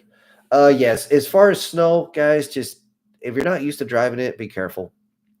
You know, it's kind of weird. Back in the day when I was a kid, if you saw somebody in a parking lot when it was snowing, blowing donuts and then fishtailing and then going the other way, there was no better teacher ever to help you recover from sliding than doing that. Because what's going to happen is you're going to start doing your donuts, you're going to miss it or not align it just right. You're going to lose your grip. You're going to start spinning out and everything's going to come. You're going to start slamming your brakes and freak out the first time. And then you're going to realize that's going to whip you even faster. So after that, you're going to learn, hey, take your foot off the gas. If you have a stick, drop it in neutral and just let it calm down. And you slow down a whole lot faster and you can regain everything. And then you put it in first gear and go out. But now Now the cops will bust you for that. Oh, you guys are blowing donuts. You can't blow donuts. He's not blowing donuts. He's learning.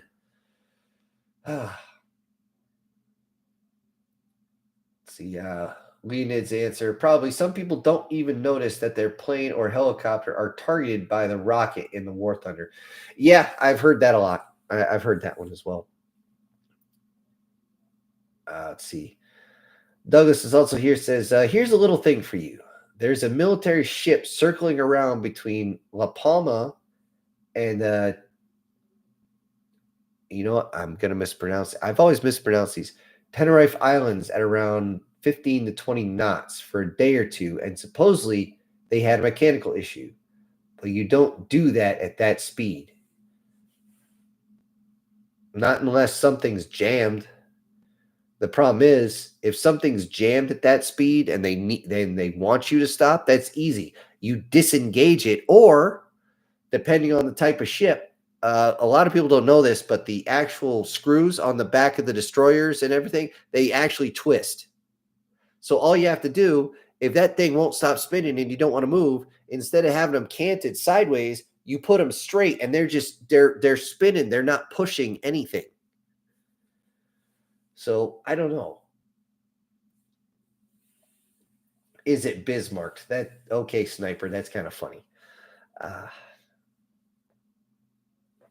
Yeah, I don't know where.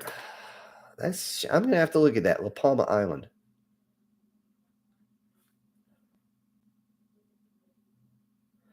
Yeah, I don't know on that one, Doug. I really have no idea.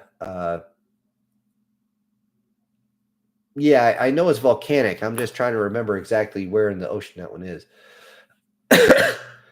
I do know there was a big underground volcano that blew within the past few days. There is a lot of seismic activity lately, a little bit more than I would like to deal with, honestly. It makes me a little nervous because let's face it, what the hell do? You grip your nuts to make sure they're still there, and put your head between your knees and kiss your ass goodbye because there's nothing you can freaking do.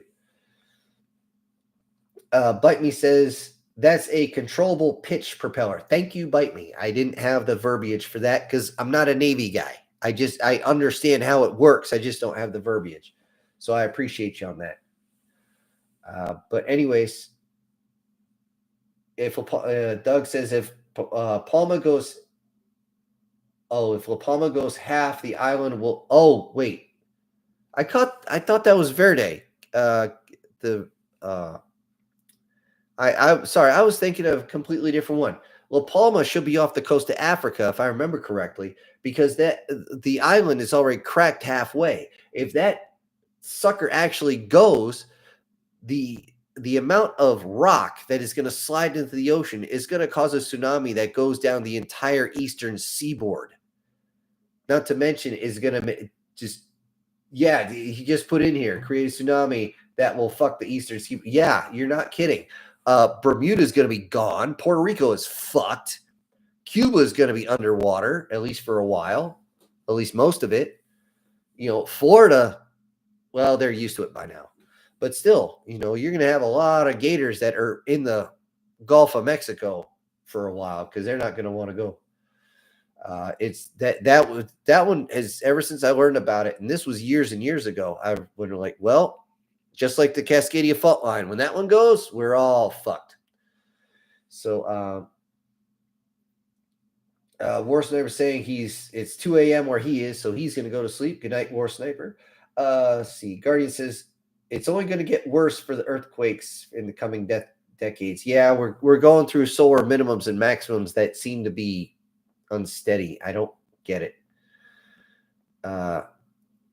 Doug says Florida will have to bend over and grease up. Colorful, Doug. That was very colorful. Lena says, wasn't the Bermuda Triangle like dangerous and supernatural? Dangerous, yes. Supernatural, I have no idea. I don't know enough about it. I just know a lot of things go weird. Honestly, one of the things I think is the problem there, I think there's a deposit of something we don't know about, and it's fucking up the navigation equipment.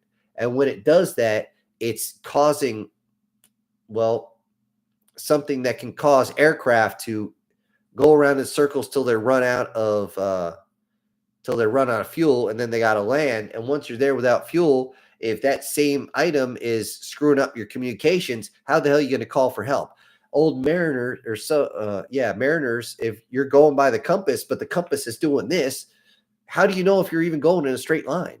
How do you know you're not going into the middle of God's nowhere? You don't know. And you just hope you're going to stay straight. That's why they put the compasses on gyroscopes. Let's see. Doug says, wait till the Juan de Fuca plate on the West Coast pops at a 9. Yeah, he's talking the Cascadia fault line. Good night, Irene. That is just bad. Everybody in Seattle is beyond screwed, because at that point, and yes, I have actually studied this one because I had to. The only way to get supplies, personnel in and or out is not going to be by boat. It's going to be by air. Everything at that much, especially a 9.0, will liquefy the land. There will not be any roads that you can travel. Unless you're using a 2.5 or a 5-ton, because those can go pretty much fucking everywhere. But very soon, that high population that survives is going to be out of resources. That's one of the reasons why people love a zombie apocalypse. If you can survive the first outbreak, then there's very few people with a fuck ton of resources. You're not fighting for resources after that. But if you have no resources and a fuck ton of people, you are fighting for resources from day one, and it's only going to get worse. Doug says, everything west of I-5, according to USGS, will be gone. Pretty much, yeah. If the earthquake doesn't flatten it, the tsunami is going to clear it off. And anybody that survives is not going to get help for days, period. There's just no way to get any resources in or out. Let's see. Bite Me says, Charles Lindbergh said his compass just spun in circles when he flew through the Bermuda Triangle. Yeah, but he actually figured it out.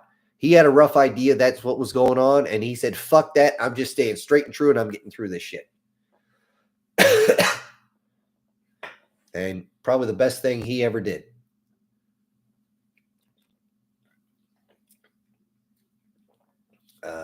Lena says, probably don't know what a 9.0 even means, and I am used to earthquakes. Let's just say most everything is not going to be on its feet, and most everything's going to fall down. That's about it. Most of the skyscrapers can handle everything through the 8s. I don't know too many that can handle into the 9s. The problem with the Cascadia fault line is the fact that most earthquakes last anywhere from 10 seconds to maybe about a minute. When Cascadia goes, because it's, instead of being plates that are rubbed together, it's doing this whole thing where it's digging up and becoming basically a pimple. And when it snaps and comes down, that's gonna take probably like 10 minutes or more. That's why a lot of these buildings, even though they're set for earthquakes, are not going to hold up to that much shake. It's just not going to happen. There's only so much they can take. It's just pure and simple. There's only so much.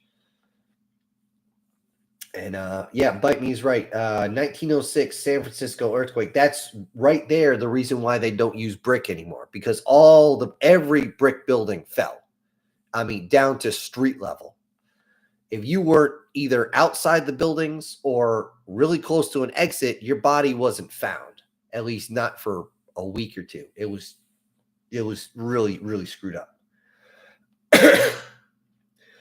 Erica says 9.0 could change the Earth's axis and worse. Yes, it could. That's one of the reasons why they're scared of the Cascadia fault line. It could be that bad. If it's that bad and it tilts at least 10 or 15 degrees, the results around the world would be not quite catastrophic, but they would be very scary. You're talking, some people might have a planting season that's been cut down to a third. Or I should say a grow season. And let's face it, when it comes down to resources, that's when people start hurting each other, because you want to see the most dangerous people in the world? Well, one is a man with nothing left to lose. Another one is a man that will do anything to feed his family. Trust me, it gets bad. I have seen one food riot in my life, and I don't ever want to see one again. Honestly, that was horrifying. So anyway, Guard jumps in here with been having fun playing War Thunder with the SD KFC 25122, which pretty much a German track with a Pack 40 anti-tank cannon on the back of it. I'm having way too much fun with it. I'm sure you are. I've seen some videos of those before. People enjoy the shit out of it because it's fast. Let's see. Leonid says, or James says, Leonid, the 9.0 means Richter scale. When Mount Panatubo went kaboom, it hit 7.7. And the devastating effects were, in fact, devastating. Yes, it was. If I remember, Panatubo had a pyroclastic flow. Don't be around that. That's bad. And by the way, if you have any type of explosion come from a volcano, you know what the number one killer is? You choke to death, because that's powdered concrete. It gets in your lungs, it will actually coat your lungs with concrete on the inside, and you literally asphyxiate. You can't breathe. Even though your air's going in and out, it's not actually touching the walls of your lungs. You're pretty much screwed. And if you don't get it off your roof, guess what? It's going to build up like concrete and collapse your house. So yeah, you can't just hide from it. You got to be proactive on that one. The problem is it's also going to get in your eyes, but that one you can actually grab it and peel it off. It's a little disgusting, but you can do it. See, Guardian says, ever since the invention of the device, which measures earthquakes, they have noticed a semi-steady increase in both frequency and intensity of earthquakes. This lends greater credence to the Bible. There's so much stuff that matches up to the Bible that I'm finding is just amazing. That being said, scientists will never admit it because, one, they will lose funding. Two, they don't want to piss off their master, because if they piss off their master, they're never going to work again. They're just going to be discredited and tossed away. And oh, sorry, I can hear the wind outside going like crazy. But also, three,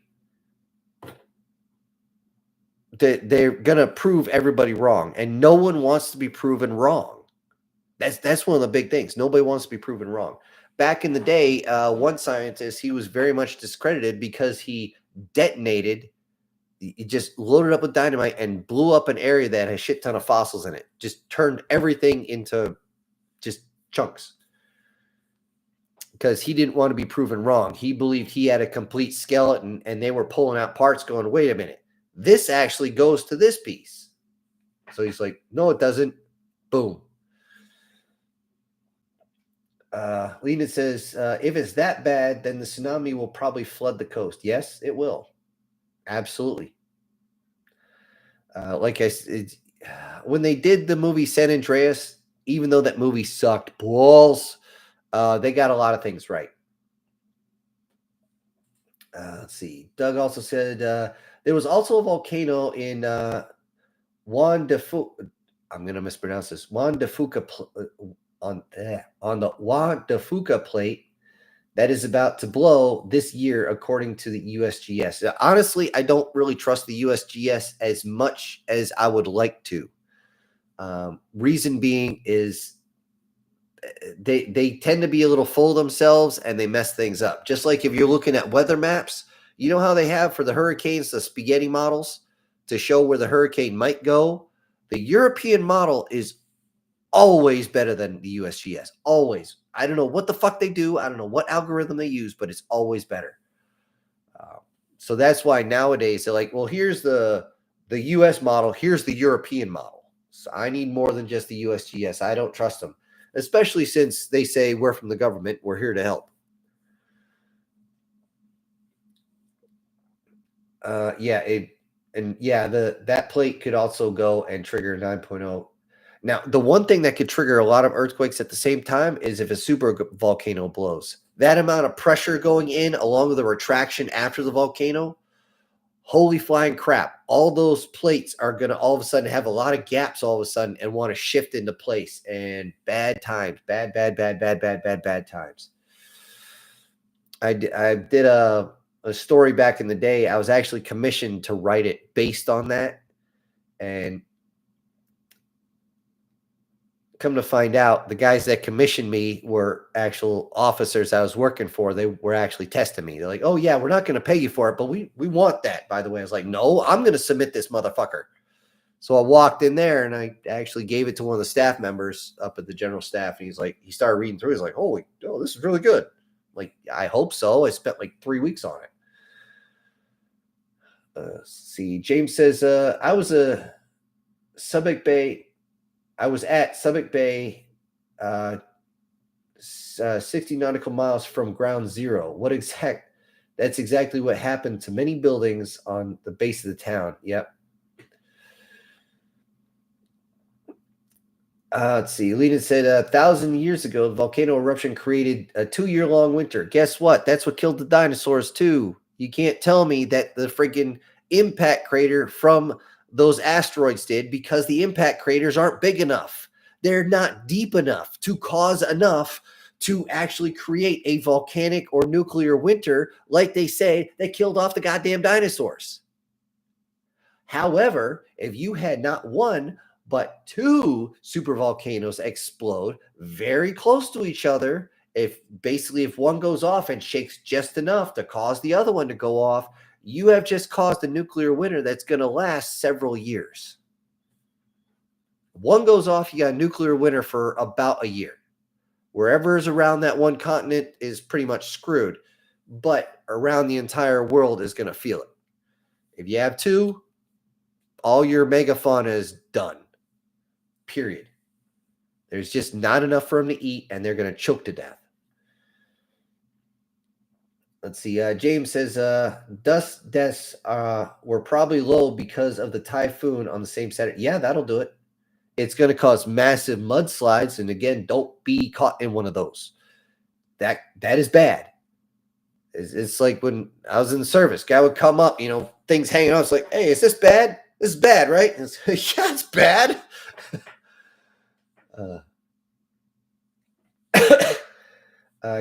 James also says, instead of dry ash, it was like wet concrete that never hardened. It kind of does once it stops moving. It's kind of like quicksand once it stops moving. You kind of got to wiggle yourself out or dig yourself out. There's no other way to do it. I was taught during survival class to actually grab handfuls of quicksand or ash or whatever it might be and throw it as far as you can and try to get as much of your leg out as possible. Fuck your boot. If you have to, leave it behind, but get your leg out. After that, you can worry about getting the other one out. He continues with a home that was not completed across the street from a shared apartment collapsed from the weight on the roof. Ooh. Yeah, I hope nobody was inside of that. Douglas also says, look up at the Seamont. It's on the Order of Yellowstone. Yep. See, yeah, I remember that one. There's if I remember, there's 5 super volcanoes, Yellowstone being the largest that I'm aware of. They say there's possibly 6, but I'd never seen it on a map. Maybe I've seen the wrong maps. I don't know. And yes, Guardian, Yellowstone National Park is a giant caldera. The caldera is the crater left behind from when the magma went kaboom and sprayed all over and basically covered this entire continent with ash. That's a real bad case of the ash right there. And that killed a lot of our megafauna off. A lot of it. A lot of people believe that's what killed off saber-toothed tigers, because they were trying to actually get to the other megafauna and they were running through all the ash. They breathed it in too much. They killed them off. I personally don't believe that one because the evidence doesn't line up. But, the experts say a lot of things. And yeah, if Yellowstone blows everything from where it is east to about West Virginia is, well, I should say the western side of West Virginia is going to be pretty much covered in ash. There are entire maps that'll show exactly where it all ends up, and it's not good.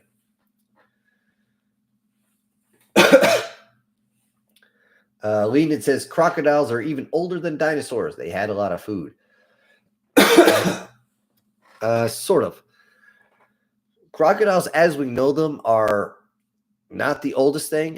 Crocodiles are the old, have more paddles than claws, but the basics are still there. The kicker is a lot of the stuff we find of the old crocodiles and stuff, if you look close, kind of match up again with the biblical stuff, because they say, well, one of these things crawled out of the ocean, started spitting fire. Well, if you look at the skull, one of the biggest skulls they had of these, the front of the snout was actually very bulbous, a lot more than it should be. So since we only have the bones, we don't know what the internal structure was like. We're kind of guessing on that. Do we know it didn't spit some sort of acid or fire or smoke or whatever? I don't know. If you took the skeleton of an eel, it looks like a snake. What the fuck? It just looks like a funky snake. So, yeah, you got to be careful when you go through just the records like that, because a lot of this they're speculating, and a lot of these folks again don't want to be wrong, so they say, "Oh, I'm not going to look at that evidence."